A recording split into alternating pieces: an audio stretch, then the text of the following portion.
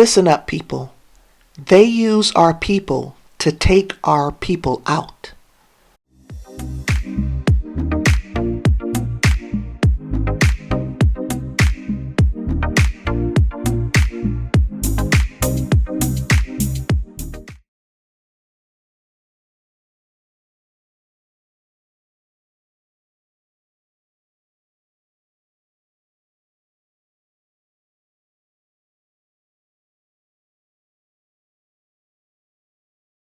Let me say something that I believe our black community needs to hear. Now, I'm not defending Pastor G. Craig Lewis, and I'm not defending his accusers. I don't personally know any of these people. And that's exactly my point. Why are we taking sides before we know the facts?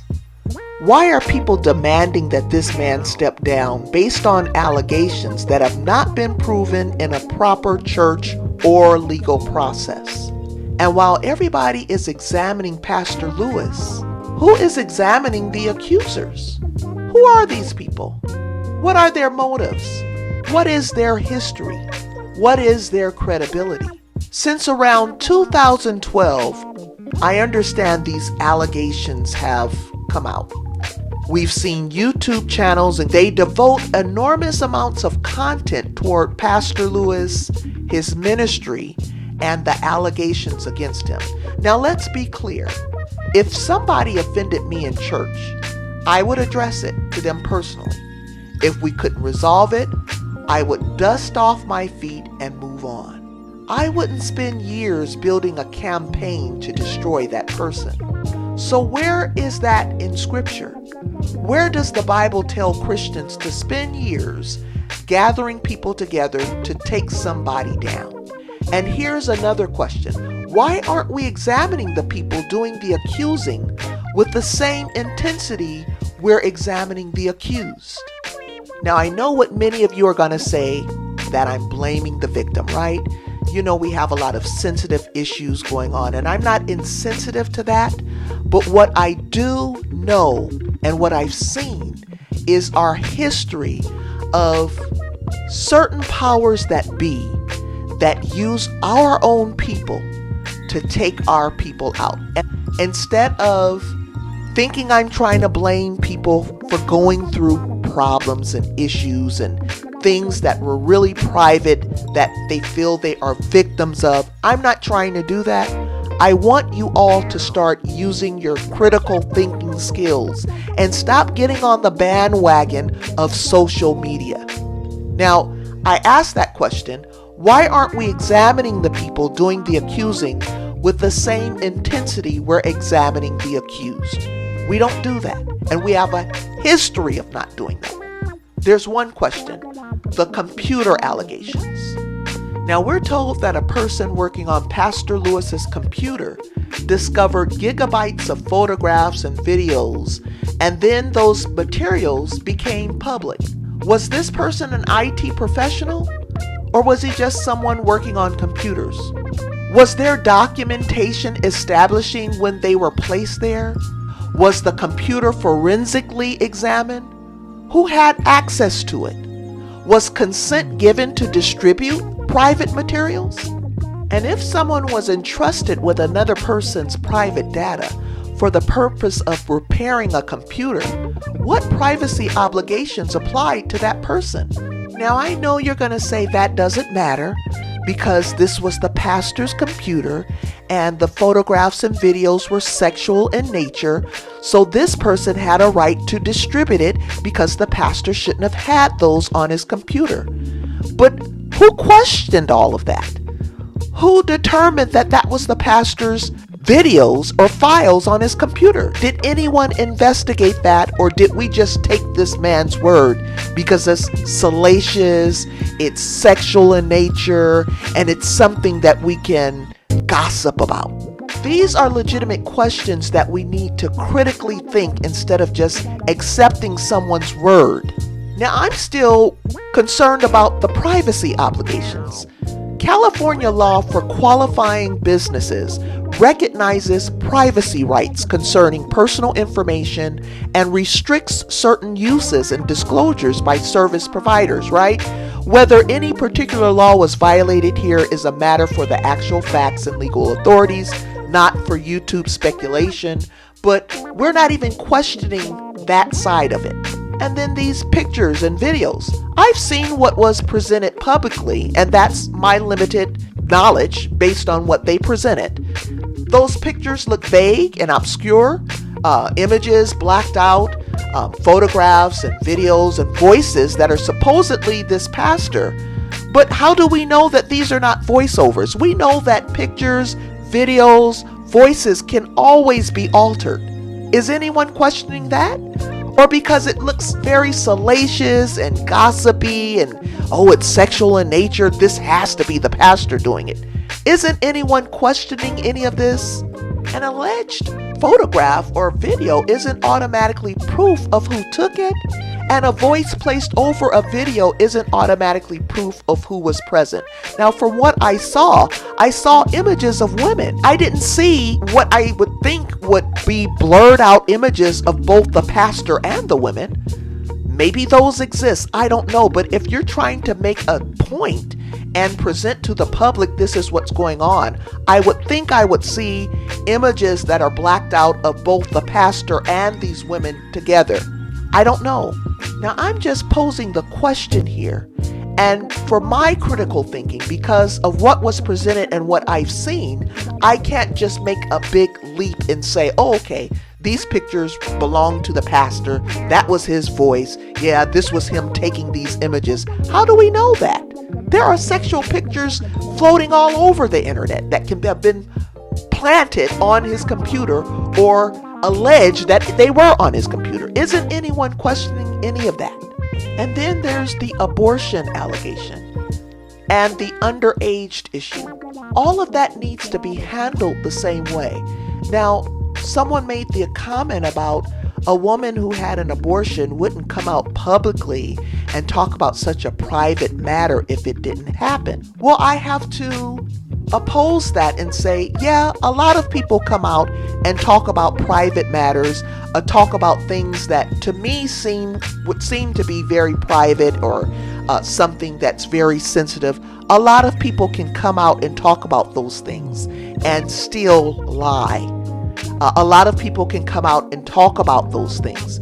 Don't you see how women get on stage in this day and age naked?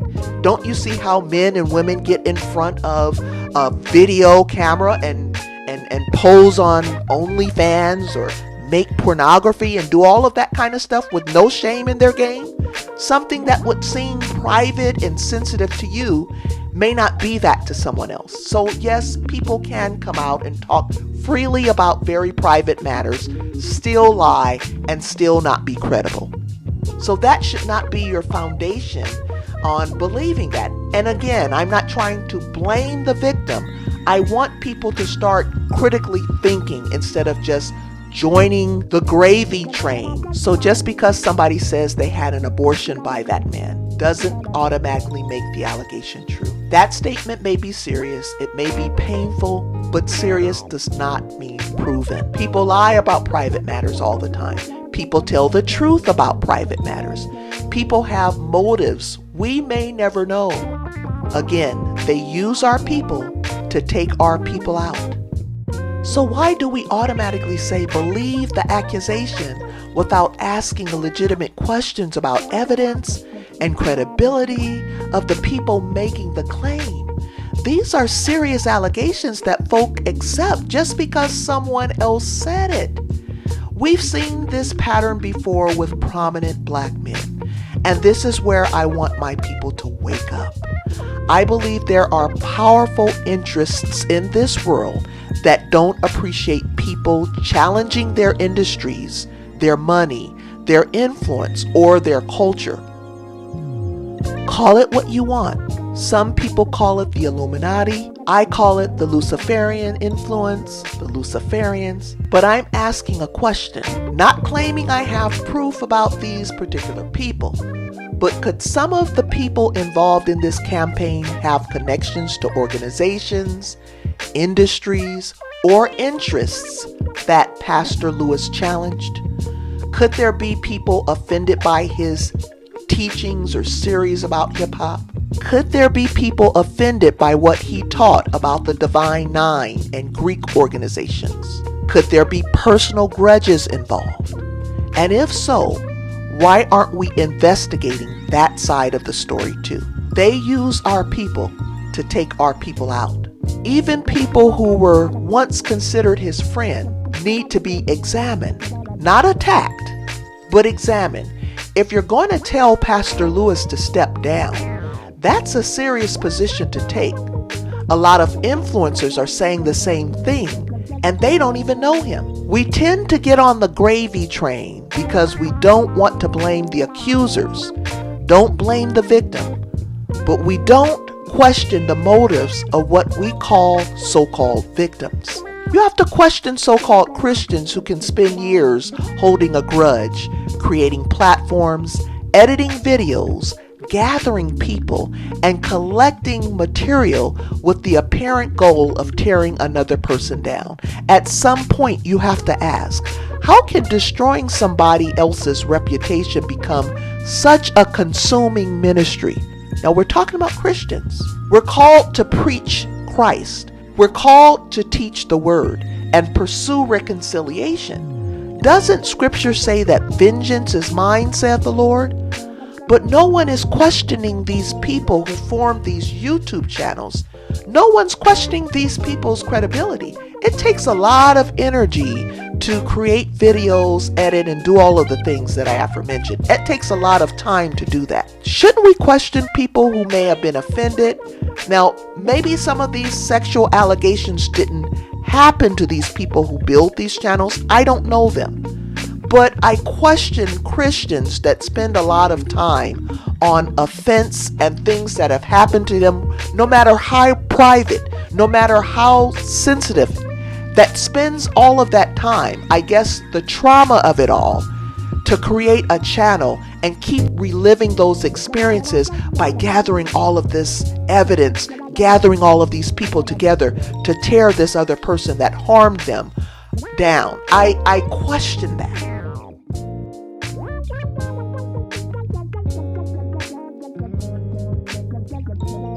So here are my questions. Have you actually investigated this, or did you simply join the bandwagon? Because we've done this to Black people before.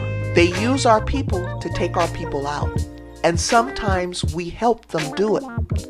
I'm not asking you to defend Pastor Lewis. If you don't know him or any of these people, other than what you see on social media, you need to question these other folks' credibility too. I'm asking you to stop the witch hunt. Stop choosing sides without knowing the facts, and use Christian discernment, especially use social media influencers. Corey Minor, you called this pastor evil, even after stating you didn't know him. Do you know these men who formed these YouTube channels, who gathered all of this evidence against the pastor? Do you know them personally? Why are you accepting their side and not know them, not have done a full investigation? My challenge to all of you, don't blindly defend the accused, and don't blindly destroy the accused either. Question everybody, examine everything, and let the truth speak for itself, especially if you don't know any of these people. Again, I ask the question, is it possible that this pastor has done so much damage to the hip hop, music, and Divine Nine fraternal organizations that he is now the next victim to be taken out? They use our people to take our people out.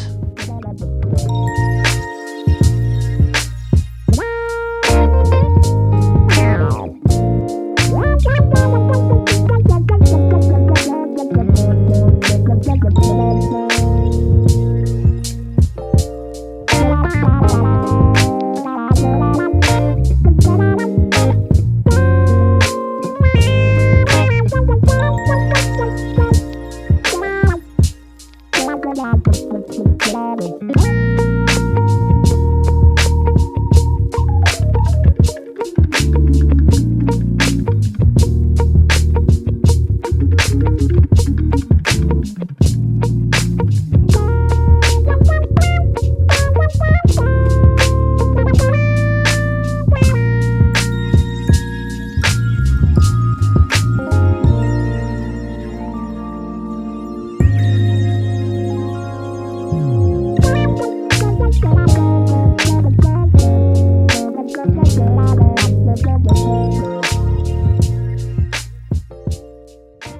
just want to say thank you for watching and spending this time with me.